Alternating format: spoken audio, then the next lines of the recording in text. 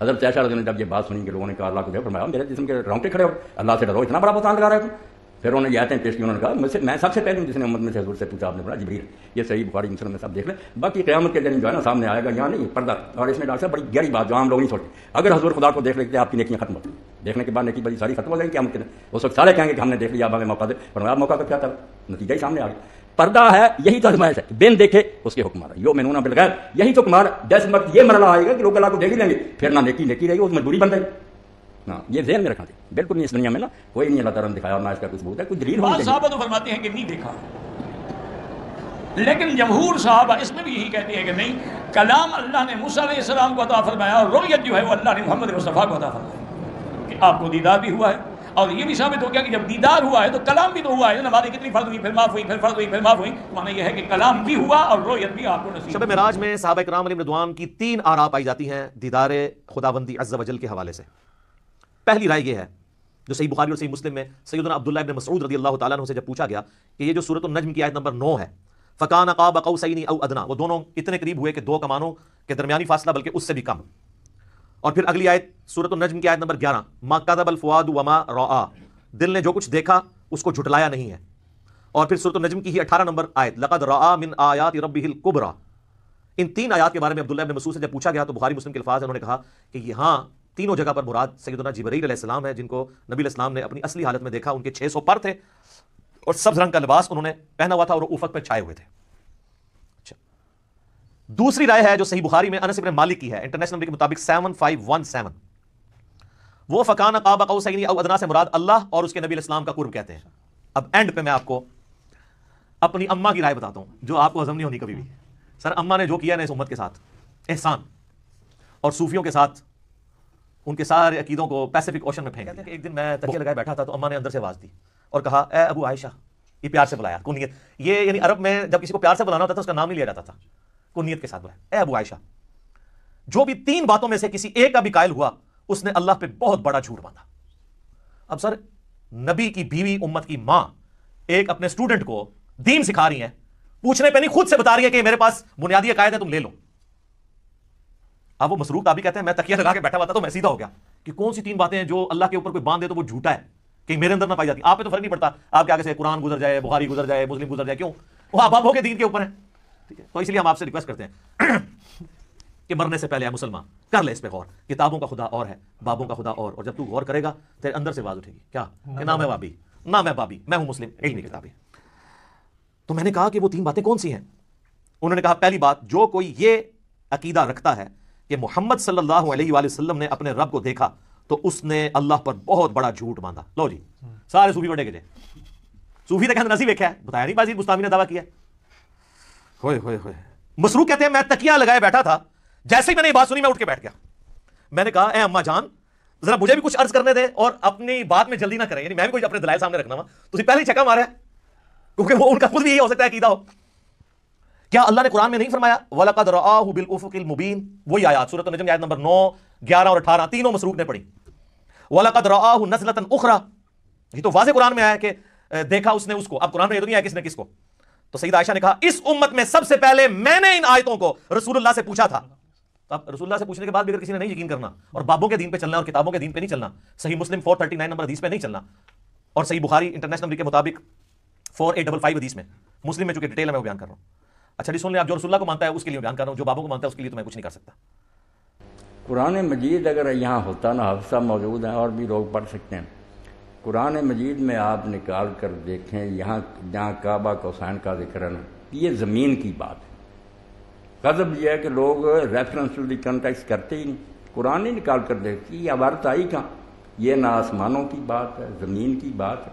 اللہ کہتا ہے کہ رسول نے ایک کو دیکھا کہ وہ آسمان کے کنارے پر، پھر وہ نیچے اترا اور زیادہ قریب آ گیا، حتیٰ ہو گیا کعبہ قوسین اعودا. اب قوسین بھی زیادہ ترجمہ کر لیتے ہیں لوگ، کمان کا، وہ بھی ٹھیک ہے قوس، مگر نہیں صحیح یہاں وہ ترجمہ ہاتھ، کیونکہ حضرت ابن مسعود رضی اللہ عنہ نے خود فرمایا کہ یہاں قوس کسی کی چیز کو بھی کہتے ہیں جس سے پیمائش کی جائے. اسی سے آپ نے یہ مقیاس الحرارت تھرمامیٹر وغیرہ بنائے، مقیاس ماپنے کا. تو وہ کہتے ہیں ہاتھ سے پیمائش ہوتی 2 ہاتھ کا فاصلہ رہ گیا. پھر اس نے وہی کی. یہ زمین کی بات. اور رسول کریم علیہ السلام نے خود فرمایا، جب حضرت عائشہ نے فرمایا کہ یا رسول اللہ یہ کون تھا جو آسمان کے کنارے پر تھا پھر اترا؟ فرمایا انما هو جبریل، یہ جبریل علیہ السلام کی بات۔ ایک بار اس وقت نظر آیا صحیح شکل میں 600 پر تھا، مشرق سے مغرب تک ڈھانکا ہوا تھا۔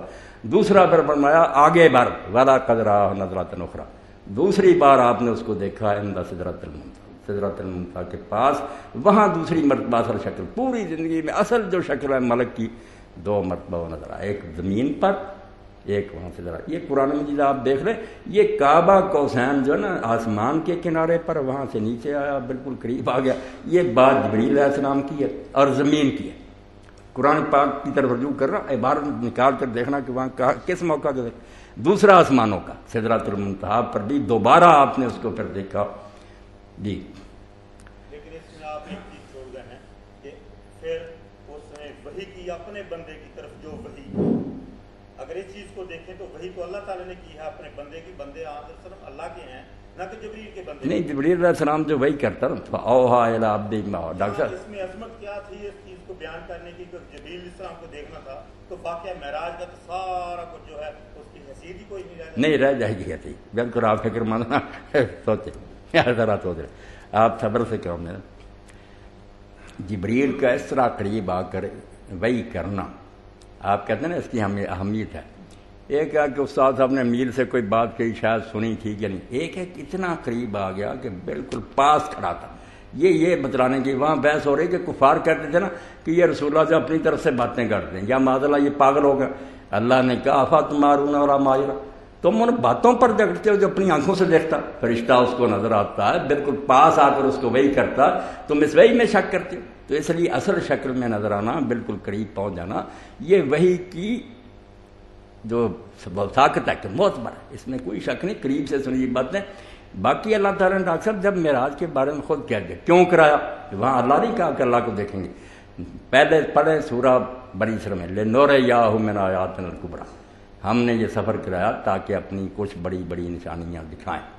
جب دیکھی ہیں سورہ نجم، وہاں بھی کیا وَلَقَدْ رَأَىٰ مِنْ آیَاتِ رَبِّهِ الْكُبْرىٰ، آپ نے اپنے رب کی بڑی بڑی نشانیاں، رب کا ذکر نہیں ہے بلکہ حضرت عائشہ رضی اللہ عنہ نے جب یہ بات سنی کہ لوگوں نے کہا اللہ کو جو فرمایا میرے جسم کے رونگٹے کھڑے ہو، اللہ سے ڈرو، اتنا بڑا بہتان لگا رہے تم۔ پھر انہوں نے یہ آیتیں پیش کی، انہوں نے کہا میں سب سے پہلے جس نے امت میں سے حضور سے پوچھا، آپ نے پڑھا جبریل۔ یہ صحیح بخاری مسلم میں سب دیکھ لیں، باقی قیامت کے دن جو ہے نا سامنے آئے گا، یہاں نہیں پردہ۔ اور اس میں ڈاکٹر صاحب بڑی گہری بات جو عام لوگ نہیں سوچتے، اگر حضور خدا کو دیکھ لیتے آپ کی نیکیاں ختم ہوتی، دیکھنے کے بعد نیکی بدی ساری ختم ہو جائیں گی قیامت کے دن۔ اس وقت سارے کہیں گے کہ ہم نے دیکھ لیا، اب ہمیں موقع دے۔ فرمایا اب موقع کا کیا تھا، نتیجہ ہی سامنے آ گیا۔ پردہ ہے، یہی تو آزمائش ہے کہ بن دیکھے اس کے حکم آ رہا ہے، یؤمنون بالغیب، یہی تو کمال ہے۔ جس وقت یہ مرحلہ آئے گا کہ لوگ اللہ کو دیکھ ہی لیں گے، پھر نہ نیکی رہے گی، وہ مجبوری بن رہے گی۔ ہاں یہ ذہن میں رکھنا چاہیے، بالکل نہیں اس دنیا میں نا کوئی نہیں اللہ تعالیٰ نے دکھایا اور نہ اس کا کوئی ثبوت ہے، کوئی دلیل ہونی چاہیے۔ حضور پاک نے، سرکار دو عالم نے اپنے رب کو دیکھا ہے یا نہیں دیکھا ہے؟ بعض صحابہ تو فرماتے ہیں کہ نہیں دیکھا، لیکن جمہور صحابہ اس میں بھی یہی کہتے ہیں کہ نہیں، کلام اللہ نے موسیٰ علیہ السلام کو عطا فرمایا، اور رؤیت جو ہے وہ اللہ نے محمد مصطفیٰ کو عطا فرمایا، کہ آپ کو دیدار بھی ہوا ہے، اور یہ بھی ثابت ہو گیا کہ جب دیدار ہوا ہے تو کلام بھی تو ہوا ہے۔ نمازیں کتنی فرض ہوئی، پھر معاف ہوئی، پھر فرض ہوئی، پھر معاف ہوئی، تو معنی یہ ہے کہ کلام بھی ہوا اور رؤیت بھی آپ کو نصیب ہوئی۔ تو حضور صلی اللہ علیہ وسلم کا باقی یہ اختلاف کرنا، جیسے بی بی عائشہ صدیقہ استدلال کرتی تھی کہ جب قرآن کہتا ہے کہ اللہ کو کوئی نہیں دیکھ سکتا تو حضور نے کیسے دیکھ لیا؟ قرآن میں تو ہے کہ لا تدرکہ الابصار، اللہ کو کوئی آنکھ جو ہے وہ احاطے میں نہیں لا سکتی ہے۔ تو اس کا علماء نے جواب دیا کہ بی بی یہ مسئلہ جو ہے دنیا میں رہتے ہوئے، زمین پہ رہتے ہوئے کوئی خدا کو نہیں دیکھ سکتا، حضور نے تو آسمانوں پہ دیکھا ہے، اس کا اس آیت سے کیا تعارض ہے؟ اور قیامت والے دن ہر مسلمان خدا کو دیکھے گا۔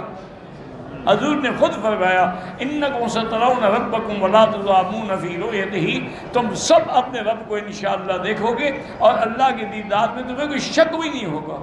اللہ زیارت بھی کرائیں گے اور اپنے بندوں پہ سلام بھی فرمائیں گے کہ سلام قولا من رب الرحیم۔ تو اس لیے ہمیشہ یاد رکھیں۔ تو یہ بھی ثابت ہو گیا کہ معراج جسمانی ہے، یہ بھی ثابت ہو گیا کہ رؤیت ربانی ہے، یہ بھی ثابت ہو گیا کہ موسیٰ کے قوم سے پالا پڑا تھا، اس لیے انہوں نے حضور صلی اللہ علیہ وسلم کو مشورہ دیا ہے، اور حضور صلی اللہ علیہ وسلم کے بار بار کہنے سے یہ بھی ثابت ہو گیا کہ اللہ نے اسی ایک معراج میں حضور کو کئی معراج کرا دیے ہیں۔ کیوں؟ آتے تھے پھر جاتے تھے، آتے تھے پھر جاتے تھے۔ الاسراء والمعراج میں جو معراج والا پورشن ہے، اس میں سب سے زیادہ کنٹروورشل چیز جو آپ نے سوال میں بھی کی، وہ ہے نبی علیہ السلام نے کیا شب معراج اللہ تعالیٰ کو دیکھا تھا یا نہیں۔ اب اس کا جواب ہاں یا نہ میں دینا تو بہت بڑی آزمائش ہے مسلمانوں کے لیے، جب تک کہ آپ پورا مقدمہ ان کو نہیں سمجھاتے۔ تو آپ اس پورے مقدمے کو سمجھیں گے تو آپ کے لیے معاملہ آسان ہو جائے گا۔ اس کی وجہ یہ ہے کہ یہاں پہ فرقہ واریت کا دین ہے، جس کو میں بابوں کا دین کہتا ہوں۔ اور اگر کوئی شخص اللہ ہی کو دیکھ لے تو اب کائنات میں کوئی غیب ایسا رہ گیا جو اس کے لیے اٹریکٹیو ہو؟ اس سے بڑی تو کوئی چیز نہیں ہے۔ تو پھر قیامت والے دن نبی علیہ السلام کے لیے اللہ نے کیا انعام رکھا ہوا ہے؟ آپ کو تو دنیا میں مل گیا سب کچھ۔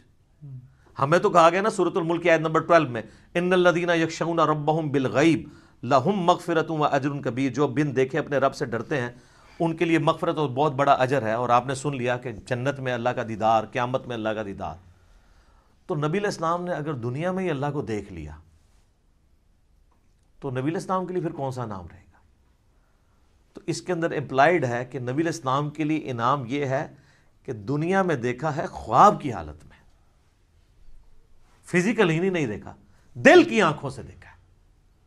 فزیکل دیکھنا ابھی باقی ہے ان کا بھی، وہ حضور کے لیے ابھی بھی غیب کی چیز ہے۔ تو آپ علیہ السلام کے لیے بھی انعام باقی ہے۔ تو جو لوگ اس دنیا میں حضور کا فزیکل دیکھنا مانگتے ہیں یا شب معراج فزیکل دیکھنا مانگتے ہیں، تو ان کے لیے علمی چیلنج ہے کہ پھر بتاؤ کہ نبی علیہ السلام کے لیے قیامت اور جنت میں اور کون سا انعام ہوگا اس سے بڑھ کے، اگر آپ اپنا سب سے بڑا انعام پہلے ہی اویل کر چکے ہیں۔ اور یہ پوائنٹ جس شخصیت نے ہائی لائٹ کیا ہے، میں اس کا کریڈٹ اسی کو دیتا ہوں، مولانا اسحاق صاحب رحمہ اللہ تعالی، المتوفی 213 عیسوی مطابق 28 اگست 2013۔ انہوں نے یہ چیز ہائی لائٹ کی تھی، اور یہ میں نے نہ آج تک کسی کتاب میں پڑھی نہ کسی اسکالر سے سنی۔ اسکالر نے بیچارے نے کیا بیان کرنا ہے؟ یہ مولانا اسحاق کو کریڈٹ جاتا ہے کہ انہوں نے یہ ایسا علمی، آپ کہتے ہیں وہ جس طرح وہ تاش میں کہتے ہیں نا یکا پھینکنا، کہ بتاؤ کہ اگر حضور نے بھی اللہ تعالیٰ کو فزیکلی دیکھ لیا جو تمہارا کلیم ہے، تو حضور علیہ السلام کے لیے تو اب کوئی چیز نہیں رہے گی باقی۔ تو خواب میں ہی دیکھا، فزیکلی نہیں دیکھا۔ شب معراج بھی دیکھا تو پردے میں دیکھا، فزیکلی نہیں دیکھا۔ وہ انشاءاللہ اب میں اس کے اوپر ڈسکشن کرتا ہوں آخر میں۔ شب معراج میں صحابہ اکرام علیہم رضوان کی 3 آراء پائی جاتی ہیں دیدار خداوندی عز و جل کے حوالے سے۔ پہلی رائے یہ ہے جو صحیح بخاری اور صحیح مسلم میں سیدنا عبداللہ ابن مسعود رضی اللہ تعالیٰ عنہ سے جب پوچھا گیا کہ یہ جو سورۃ النجم کی آیت نمبر 9 ہے، فَكَانَ قَابَ قَوْسَيْنِ أَوْ أَدْنَىٰ، وہ دونوں اتنے قریب ہوئے کہ 2 کمانوں کے درمیانی فاصلہ بلکہ اس سے بھی کم۔ اور پھر اگلی آیت سورۃ النجم کی آیت نمبر 11، مَا كَذَبَ الْفُؤَادُ وَمَا رَأَىٰ، دل نے جو کچھ دیکھا اس کو جھٹلایا نہیں ہے۔ اور پھر سورۃ النجم کی ہی 18 نمبر آیت، لَقَدْ رَأَىٰ مِنْ آیَاتِ رَبِّهِ الْكُبْرَىٰ۔ ان 3 آیات کے بارے میں عبداللہ ابن مسعود سے جب پوچھا گیا تو بخاری مسلم کے الفاظ ہیں، انہوں نے کہا کہ یہاں تینوں جگہ پر مراد سیدنا جبرائیل علیہ السلام ہے، جن کو نبی علیہ السلام نے اپنی اصلی حالت میں دیکھا۔ ان کے 600 پر تھے اور سبز رنگ کا لباس انہوں نے پہنا ہوا تھا اور وہ افق پہ چھائے ہوئے تھے۔ اچھا، دوسری رائے ہے جو صحیح بخاری میں انس ابن مالک کی ہے، انٹرنیشنل نمبر کے مطابق 7517، وہ فَكَانَ قَابَ قَوْسَيْنِ أَوْ أَدْنَىٰ سے مراد اللہ اور اس کے نبی علیہ السلام کا قرب کہتے ہیں۔ لیکن اس حدیث میں ایک راوی ہیں شریک بن عبداللہ القاضی، ثقہ راوی ہیں، لیکن امام مسلم صحیح مسلم میں انٹرنیشنل نمبر کے مطابق 414 نمبر حدیث میں لکھتے ہیں کہ شریک بن عبداللہ جو ہے نا، یہ معراج کی حدیثیں بیان کرتے ہوئے الفاظ کو کم زیادہ کرتا ہے۔ ابن حجر اسقلانی بھی کہتے ہیں کہ یہ شریک بن عبداللہ القاضی جو ہے، یہ جو روایت بیان کرتا ہے نا، یہ اس معراج کا ذکر ہے جو خواب میں ہوئی تھی۔ خواب میں بھی علیحدہ سے معراج ہوئی ہے، ایک فزیکل معراج ہے جس کو ہم ڈسکس کر رہے ہیں۔ اور بعض کہتے ہیں کہ یہ اس کو وہم لگا ہے، جو بخاری میں الفاظ ہیں انس بن مالک کے، یہ تمام طرح کی چیزیں یعنی ملتی ہیں۔ بہرحال یہ انس بن مالک کا اگر موقف ہے، لیکن اس میں بھی دیکھنے کا ذکر نہیں ہے، صرف قرب کا ذکر ہے سدرۃ المنتہا کے موقع پر۔ تو کوئی حرج نہیں ہے اگر کوئی قرب کی بات کرتا ہے، دیکھنے کا پھر بھی یہاں پہ ذکر کوئی نہیں ہے۔ اچھا، انس بن مالک رضی اللہ تعالیٰ عنہ کے اس عقیدے کو سپورٹیو ابن عباس کی رائے ہے صحیح مسلم میں 437 نمبر حدیث میں۔ انہی 3 آیات سورۃ النجم آیت نمبر 9، 11 اور 18 کے بارے میں جب ان سے پوچھا گیا تو انہوں نے کہا کہ رآہ بفؤادہ مرتین، نبی علیہ السلام نے دل کی آنکھوں سے اپنے رب کو 2 دفعہ دیکھا، یعنی ان آنکھوں سے نہیں دیکھا۔ اور ابن عباس وہی ہیں جن کے بارے میں صحیح بخاری میں ہم پہلے سن چکے، وہ کہتے ہیں کہ واقعہ معراج جو ہے یہ آنکھوں کا ایکسپیرینس ہے، لہذا وہ آنکھوں کا ایکسپیرینس ماننے کے باوجود دل سے دیدار کی بات کر رہے ہیں، تو دل سے دیدار خواب کی حالت میں ہے، یہ اس کی بات کر رہے ہیں۔ واقعہ معراج والی میں بھی اگر کریں گے تو دل سے دیکھنے سے مراد کیا ہے، پھر وہ اس کو سپورٹیو اگلی حدیثیں آئیں گی سیدنا ابو ذر غفاری والی۔ لیکن یہاں پہ میں ایک حدیث بتاؤں، جامعہ ترمذی میں بھی مشکات میں بھی ہے کہ ابن عباس نے کہا لقد را محمد ربہ، بے شک محمد نے اپنے رب کو دیکھا۔ تو اکرمہ نے کہا کہ حضرت سورۃ الانعام کی آیت نمبر 103 ہے لا تدرکہ الابصار، اللہ کو تو آنکھیں دیکھ نہیں سکتی، تو آپ ہمیں کہہ رہے ہیں کہ نبی علیہ السلام نے اللہ کو دیکھا۔ تو فرمایا کہ یہ اس وقت ہے جب اللہ تعالیٰ اپنے نور کے ساتھ تجلی فرمائے، یہاں دیکھنے سے مراد دل سے دیکھنا ہے، تو وہ تو دل سے دیکھنا خواب میں دیکھنا جو ترمذی سے بیان کر دیا۔ تو ابن عباس بھی یہ مانتے ہیں کہ اللہ تعالیٰ کی جو نورانی تجلی، جو اللہ تعالیٰ کی ذات ہے، اس کو نبی علیہ السلام نے نہیں دیکھا۔ بعض لوگ ان حدیثوں سے سہارا لیتے ہیں لیکن اس کی ایکسپلینیشن اسی میں موجود ہے۔ پھر صحیح مسلم میں ایک حدیث ہے 443، ابو ذر غفاری کہتے ہیں کہ میں نے رسول اللہ سے پوچھا کہ نبی علیہ السلام یہ بتائیے کہ کیا آپ نے معراج میں اپنے رب کو دیکھا تھا؟ تو سر اب آپ لوگ بھی مان جائیں۔ رسول اللہ نے فرمایا کہ میں رب کو کیسے دیکھ سکتا ہوں، وہ تو نور ہے۔ کلیئر ہو گیا؟ اچھا، اس سے اگلی حدیث ہے صحیح مسلم میں 444۔ ایک تابعی کہتے ہیں ابو ذر غفاری سے، کاش میں رسول اللہ کے زمانے میں ہوتا نا تو حضور سے ایک سوال ضرور کرتا۔ تو ابو ذر غفاری نے کہا کون سا سوال؟ اس نے کہا میں نے حضور سے پوچھنا تھا کہ یا رسول اللہ آپ نے شب معراج اللہ کو دیکھا ہے کہ نہیں؟ اس سے کم از کم یہ تو کلیئر ہوا کہ صحابہ کے زمانے میں بھی یہ بحثیں چلتی تھی، لہٰذا یہ آج کل جو ان باتوں میں کتاب و سنت بیان کرتے ہیں تو اس کو یہ صوفی ٹائپ لوگ کہتے ہیں، یہ لوگ جو ہیں یہ وہابی ہیں، یہ گستاخ ہیں، یہ حضور کی کمزوریاں تلاش کرتے ہیں، ان کے لیے بہت بڑی پھکی ہے کہ یہ سارے پھر اس زمانے میں موجود تھے۔ تابعین کہہ رہے ہیں ابو ذر غفاری کو کہ ہم حضور کے زمانے میں ہوتے ہیں نا تو حضور سے پوچھتے کہ یا رسول اللہ آپ نے اس کا مطلب تابعین کو صحابہ نے یہ عقیدہ نہیں بتایا۔ Point to be noted. تو ابو ذر غفاری نے کہا او بچے تو نے کیا پوچھنا ہے، میں خود پوچھ چکا ہوں حضور سے۔ اچھا، تو وہ کہتے ہیں میں نے جب رسول اللہ سے پوچھا تھا تو آپ علیہ السلام نے فرمایا کہ میں نے شب معراج ایک نور دیکھا تھا۔ یہ نہیں کہا، سوال ہو رہا ہے کہ کیا آپ نے اللہ کو دیکھا تھا، تو جواب میں ہونا چاہیے تھا ہاں میں نے اللہ کو دیکھا۔ جواب کیا دیا؟ میں نے ایک نور کو دیکھا تھا۔ ابو ذر غفاری کہہ رہے ہیں کہ حضور نے مجھے یہ جواب دیا۔ اس کی ایکسپلینیشن اس سے اگلی حدیثوں میں ہو رہی ہے۔ سر امام مسلم نے یقین کرے نا، وہ کہتے ہیں نا ایک سجی پھر کھبی پھر اتو پھر تلو، کنزیکٹیو حدیثاں جی 443 444 اور اس سے اگلی 445 اور پھر اس سے اگلی 446 ابو سعید خدری سے کہ نبی علیہ السلام نے فرمایا کہ اللہ کا اپنی مخلوق سے جو پردہ ہے وہ نور کا پردہ ہے، اگر وہ نور کا پردہ ہٹ جائے تو مخلوق تباہ و برباد ہو جائے، تجلی کی تاب نہیں لا سکتی۔ تو وہ جو آیا مسلم میں کہ میں نے نور دیکھا تھا، تو وہ کیا تھا؟ اللہ اور محمد رسول اللہ کے درمیان وہ پردہ تھا، کیونکہ اگلی حدیثوں میں آتا ہے کہ نور وہ پردہ ہے، ورنہ تو کہتے ہیں میں نے اللہ کا نور دیکھا، کہا میں نے ایک نور دیکھا تھا۔ اور 443 میں کیا ہے کہ میں اسے کیسے دیکھ سکتا ہوں، وہ تو نور ہے۔ اس کا اپنا نور نہیں دیکھا، پردے والا نور دیکھا، وہ ہٹ جائے تو مخلوق تباہ و برباد ہو جائے۔ بالکل کلیئر کٹ ہے۔ اچھا یہ تو ہوگی وہ والی دوسری والی رائے اور اس کی ایکسپلینیشن. اب اینڈ پہ میں آپ کو اپنی اماں کی رائے بتاتا ہوں جو آپ کو ہضم نہیں ہونی چاہیے. سر اماں نے جو کیا ہے نا اس امت کے ساتھ احسان، اور صوفیوں کے ساتھ ان کے سارے عقیدوں کو پیسیفک اوشن میں پھینک دیا. بخاری و مسلم دونوں میں حدیث ہے. اما عائشہ تو انس ابن مالک، ابن عباس، ابن مسعود، ابو ذر غفاری، ابو سعید خدری جو یہ حدیثیں بیان کر رہے ہیں ان سب کو پیچھے چھوڑ جاتی ہیں. یہ آیات میں تو صحابہ کی آراء ہے نا، اور اماں خود کہہ رہی ہیں کہ ان آیتوں کے بارے میں وہ پہلی امتی ہوں جنہوں نے رسول اللہ سے ڈائریکٹ ان آیات کی تفسیر پوچھی ہوئی ہے. تو اب پیچھے کوئی چیز رہ جاتی ہے؟ نہیں. تو سر مرنے سے پہلے اے مسلمان کر لے اس پہ غور. کتابوں کا خدا اور ہے، بابوں کا خدا اور. تو سر یہ صحیح بخاری شریف انٹرنیشنل نمبر 4855، اور سر یہ صحیح مسلم شریف انٹرنیشنل نمبر 439 میں اما عائشہ کی ڈیٹیل حدیث ہے. اما عائشہ کے 5 عقیدے میرا ایک کلپ پہلے کا چڑھا ہوا ہے. اس میں اما عائشہ نے جو عقائد بیان کی ہیں وہ متقاضی ہے کہ میں ورڈ بائی ورڈ وہ حدیث بیان کروں، اور اس کے بعد قلم ٹوٹ جاتا ہے.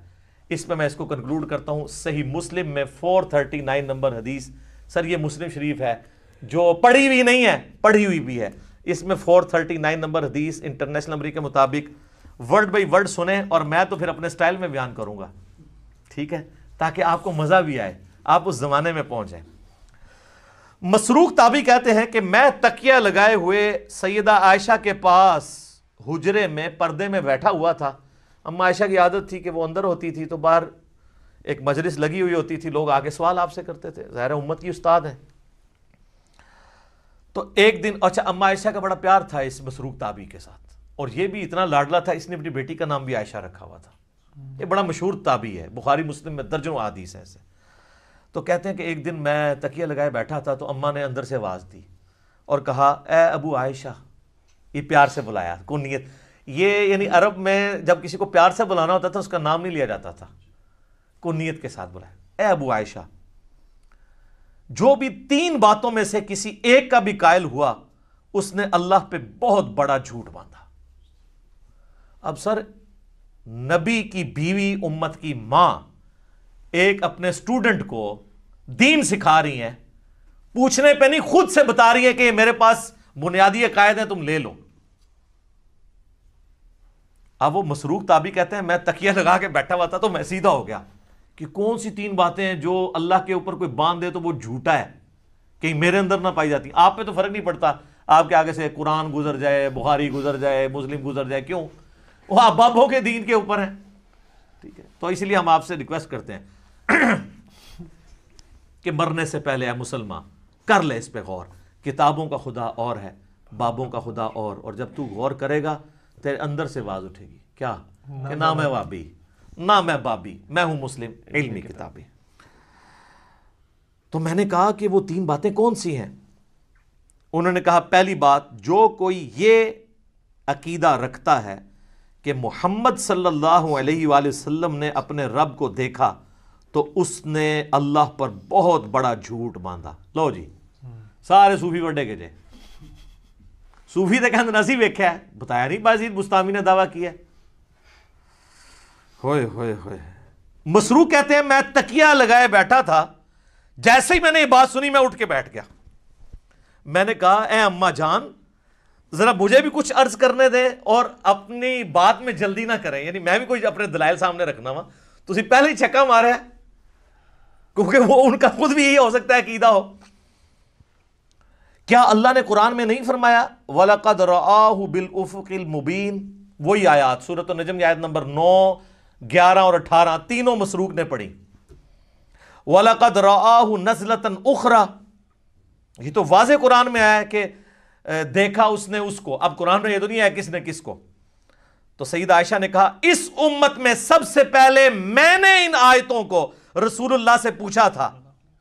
تو اب رسول اللہ سے پوچھنے کے بعد بھی اگر کسی نے نہیں یقین کرنا اور بابوں کے دین پہ چلنا اور کتابوں کے دین پہ نہیں چلنا، صحیح مسلم 439 نمبر حدیث پہ نہیں چلنا، اور صحیح بخاری انٹرنیشنل نمبر کے مطابق 4855 حدیث میں، مسلم میں چونکہ ڈیٹیل ہے میں وہ بیان کر رہا ہوں. اچھا جی سن لیں آپ، جو رسول اللہ کو مانتا ہے اس کے لیے میں بیان کر رہا ہوں، جو بابوں کو مانتا ہے اس کے لیے تو میں کچھ نہیں کر سکتا۔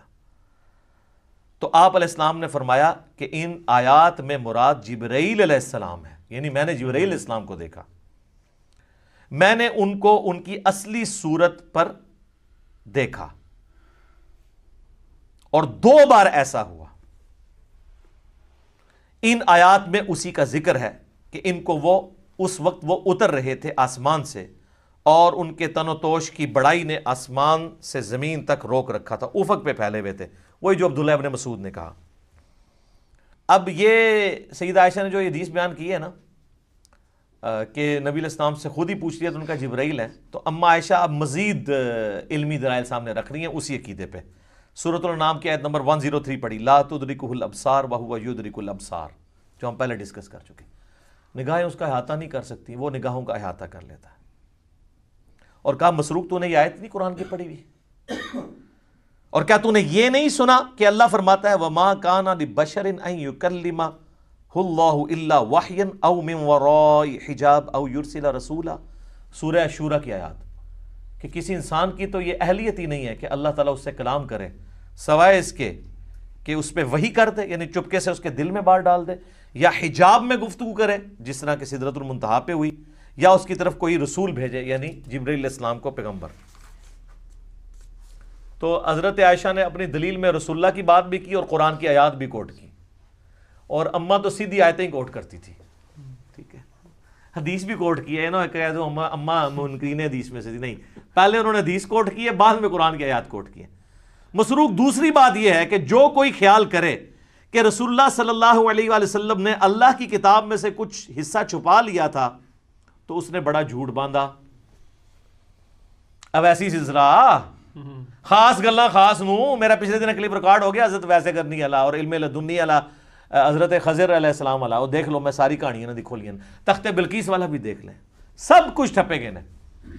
تو اما عائشہ کہتی ہیں جس نے کہا نا رسول اللہ نے کچھ چھپا لیا تھا، یہ بھی کہتے ہیں خاص باتیں خاص لوگوں کو بتائی تھی، اس نے بھی اللہ پر جھوٹ باندھا۔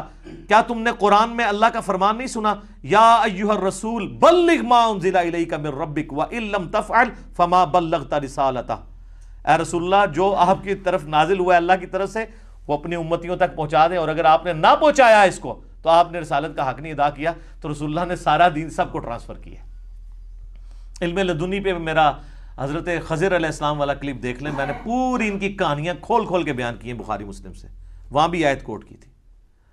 اچھا، اور پھر کہا مسروق تیسرا عقیدہ یہ ہے کہ جو کوئی کہے کہ رسول اللہ یہ جان لیتے تھے کہ کل کیا ہونے والا ہے، یعنی آئندہ کا حال، علم غیب، تو اس نے بھی اللہ پر جھوٹ باندھا، کیونکہ اللہ تعالیٰ قرآن میں فرماتا ہے قُلْ لَا يَعْلَمُ مَنْ فِي السَّمَاوَاتِ وَالْأَرْضِ الْغَيْبِ إِلَّا اللَّهُ، اے نبی فرما دو آسمانوں اور زمین میں غیب کو کوئی نہیں جانتا سوائے اس کے۔